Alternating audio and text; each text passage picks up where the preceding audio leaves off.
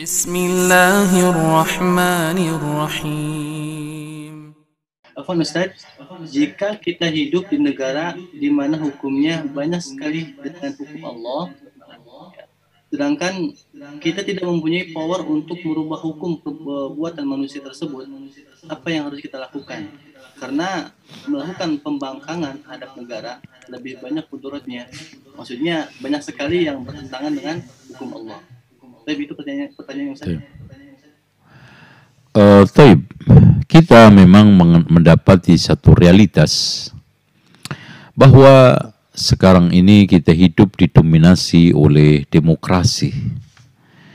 Hukum-hukum buatan manusia dilegalkan dan kekuatan suara mayoritas sudah betul-betul menghilangkan ajaran Allah Subhanahu wa taala.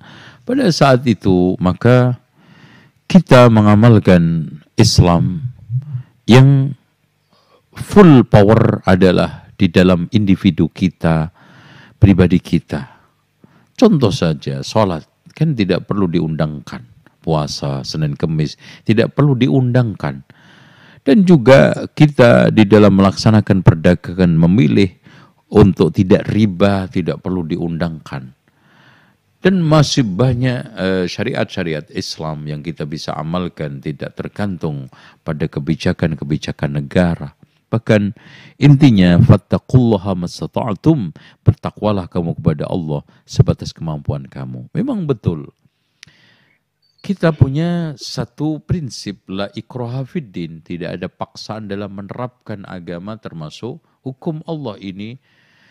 Makanya termasuk sistem negara, ada satu tokoh seperti Al-Hasanul Banna mengatakan, tanamkan sistem negara di hatimu akan berdiri di tanah airmu. Artinya, untuk apa kita memaksakan hukum Islam, sistem peradilan Islam, kalau rakyatnya, mereka yang akan menjadi pelanggan jasa hukum tersebut adalah ingkar terhadap syariat, tidak paham terhadap syariat, bahkan mereka menolak rame-rame terhadap syariat. Karena kejahilan itulah membutuhkan kita untuk menanamkan pemahaman kepada mereka, memberikan pengertian kepada kita lewat dakwah, bil hikmah, lewat tarbiyah dengan cara-cara yang baik. Maka tanamkan dulu pengertian tentang pentingnya hukum Islam, tentang pentingnya pemerintahan Islam, sehingga dari situlah muncul kesadaran. Kalau tidak, la ikrah fiddin, karena betul madaratnya akan lebih besar dan juga betul bahayanya akan lebih besar, bahkan kita akan mendapatkan satu kerugian yang lebih besar daripada keuntungan. Karena apa? Mayoritas mereka tidak menyadari akan hal itu.